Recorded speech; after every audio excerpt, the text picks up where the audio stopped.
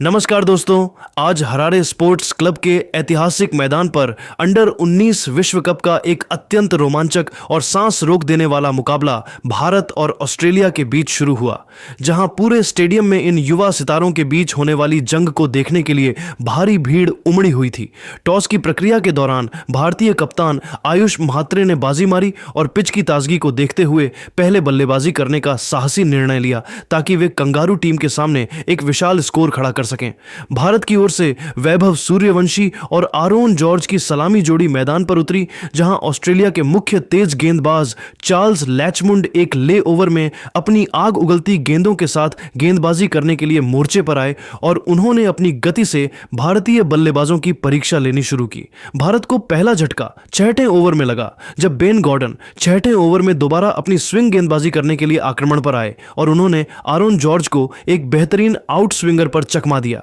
जिससे Aron George cover drive खेलने के प्रयास में 24 गेंदों पर 18 रन बनाकर आउट हो गए। उनकी इस पारी में 3 शानदार चौके शामिल हैं। हरारे स्पोर्ट्स क्लब के मैदान पर जब सलामी बल्लेबाज आरोन जॉर्ज पवेलियन लौट चुके थे तो पूरे स्टेडियम की निगाहें भारतीय कप्तान आयुष म्हात्रे पर टिकी थीं, जो एक बड़ी जिम्मेदारी के साथ स्वयं मैदान पर आए थे और उन्होंने आते ही वैभव सूर्यवंशी के साथ मिलकर ऑस्ट्रेलियाई गेंदबाजी आक्रमण की धज्जियां उड़ाना शुरू कर दिया। इन दोनों युवा बल्लेबाजों ने अपनी कलात्मक और आक्रामक बल्लेबाजी से कंगारू टीम के गेंदबाजों के आत्मविश्वास को पूरी तरह से हिलाकर रख दिया था, जहां खेल के 12वें ओवर में ऑस्ट्रेलिया के मुख्य मध्यम तेज गेंदबाज हेडन शिलर 12वें ओवर में अपनी गेंदबाजी का दूसरा प्रलयकारी स्पेल डालने के लिए मोर्चे पर तैनात हुए। वैभव सूर्यवंशी आज बहुत ही प्रचंड और प्रलयकारी लय में नजर आ रहे थे और उन्होंने शिलर की गेंदों की लंबाई को बहुत ही फुर्ती से भांपते हुए 2 लगातार गगनचुंबी और विशाल छक्के जड़कर मात्र 38 गेंदों पर अपना एक ऐतिहासिक और यादगार अर्धशतक पूरा किया, जिसने स्टेडियम में मौजूद दर्शकों को झूमने पर मजबूर कर दिया। हरारे स्पोर्ट्स क्लब के मैदान पर भारतीय टीम की यह आक्रामक जोड़ी ऑस्ट्रेलिया के लिए एक बहुत बड़ा और गंभीर खतरा बनती जा रही थी और स्कोर बोर्ड पर रनों का आंकड़ा बहुत ही तेजी और विनाशकारी रफ्तार से भाग रहा था। ऑस्ट्रेलियाई गेंदबाज पूरी तरह से लाचार नजर आ रहे थे, क्योंकि वैभव सूर्यवंशी और उनके साथी मैदान के हर कोने में रन बटोर रहे थे। लेकिन इसी बीच ऑस्ट्रेलिया के कप्तान ओलिवर पीक ने अपनी रणनीतिक चतुराई दिखाते हुए खेल के 20वें ओवर में स्पिनर नेडन कोरे को आक्रमण पर लगाने का एक साहसी फैसला किया, जहां नेडन कोरे 20वें ओवर में पहली बार अपनी जादुई फिरकी और हवा में तैरती गेंदों के साथ गेंदबाजी करने के लिए मोर्चे पर आए। कोरे ने अपनी अनुभवहीनता को अपनी ताकत बनाया और आते ही अपनी एक ललचाती हुई घूमती हुई गेंद पर वैभव सूर्यवंशी को बड़ा शॉट खेलने के लिए उकसाया, जिससे वैभव सूर्यवंशी अपनी एकाग्रता खो बैठे और लॉन्ग ऑन के ऊपर से एक बड़ा हवाई शॉट खेलने के प्रयास में गेंद की अतिरिक्त टर्न और धीमी गति में पूरी तरह फंस गए। वैभव का शॉट बल्ले के निचले हिस्से पर लगा, जिससे गेंद हवा में ऊंची उठी और वह 55 गेंदों पर 62 रनों की एक अत्यंत साहसी और प्रलयकारी पारी खेलकर आउट हो गए। उनकी इस पारी में 7 कड़क चौके और 2 शानदार छक्के शामिल थे।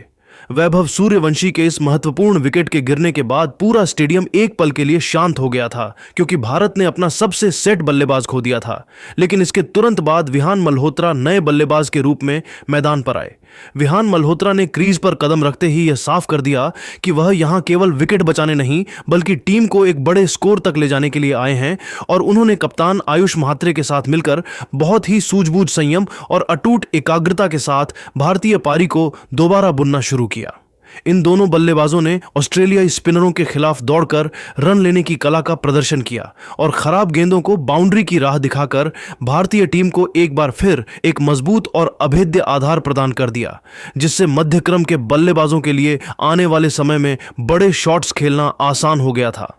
विहान मल्होत्रा की तकनीकी मजबूती और आयुष म्हात्रे की कप्तानी सूझबूझ ने ऑस्ट्रेलियाई कप्तानी की सारी फील्डिंग सजावट को बेकार साबित कर दिया था, क्योंकि ये दोनों बल्लेबाज अब मैदान पर पूरी तरह से अपनी आंखें जमा चुके थे। हरारे की पिच पर गेंद अब थोड़ा रुक कर आ रही थी, लेकिन इन दोनों ने अपनी बल्लेबाजी की तकनीक में बदलाव करते हुए खेल को नियंत्रित किया और यह सुनिश्चित किया कि वैभव के विकेट का असर भारतीय रनों की रफ्तार पर बिल्कुल न पड़े।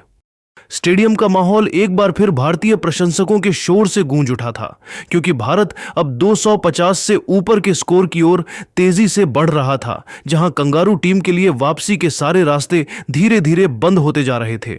इन दोनों बल्लेबाजों के बीच एक शानदार साझेदारी पनपी, जिसने खेल के 35वें ओवर तक भारत के स्कोर को 180 रनों के विशाल आंकड़े के पार पहुंचा दिया, जहां कप्तान आयुष म्हात्रे अपनी कप्तानी पारी के दौरान 45 रनों के व्यक्तिगत स्कोर पर पहुंच चुके थे और वह एक बड़े शतक की ओर बढ़ते नजर आ रहे थे। हालांकि किस्मत को कुछ और ही मंजूर था और वह अपने अर्धशतक से महज 5 रन पहले एक घातक बाउंसर का शिकार बन गए, जिससे आयुष म्हात्रे पुल शॉट खेलने के प्रयास में गेंद की अतिरिक्त गति और उछाल के कारण अपना नियंत्रण खो बैठे और 58 गेंदों पर 45 रनों की एक जिम्मेदाराना पारी खेलकर आउट हो गए। कप्तान के पवेलियन लौटने के बाद भी भारतीय मध्यक्रम ने अपना संघर्ष जारी रखा और अंतिम ओवरों में आक्रामक बल्लेबाजी करते हुए निर्धारित 50 ओवरों के खेल में 7 विकेट के नुकसान पर 288 रनों का एक बहुत ही चुनौतीपूर्ण और विशाल स्कोर खड़ा किया।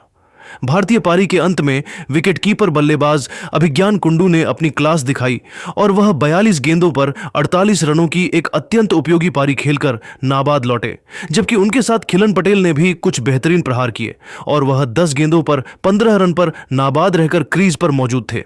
भारत ने अब ऑस्ट्रेलिया के सामने सेमीफाइनल में जगह बनाने के लिए 289 रनों का एक कठिन और अभेद्य लक्ष्य रख दिया था, जहां हरारे की पिच पर भारतीय स्पिनरों के लिए काफी मदद मिलने की उम्मीद थी। हरारे स्पोर्ट्स क्लब की पिच पर जब ऑस्ट्रेलिया की टीम 289 रनों के इस विशाल और हिमालय जैसे लक्ष्य का पीछा करने मैदान पर उतरी तो उनके सलामी बल्लेबाजों के इरादे पूरी तरह से साफ थे। विल मलाइजुक और नितेश सैमुअल की जोड़ी ने भारतीय तेज गेंदबाजों की आग उगलती गेंदों का बहुत ही निडरता और संयम के साथ सामना किया, जिससे ऑस्ट्रेलिया की शुरुआत बहुत ही ठोस और सधी हुई रही। इन दोनों बल्लेबाजों ने शुरुआती पावर प्ले के दौरान भारतीय आक्रमण को बैकफुट पर धकेल दिया था और स्टेडियम में मौजूद दर्शक एक बड़े उलटफेर की आशंका जताने लगे थे।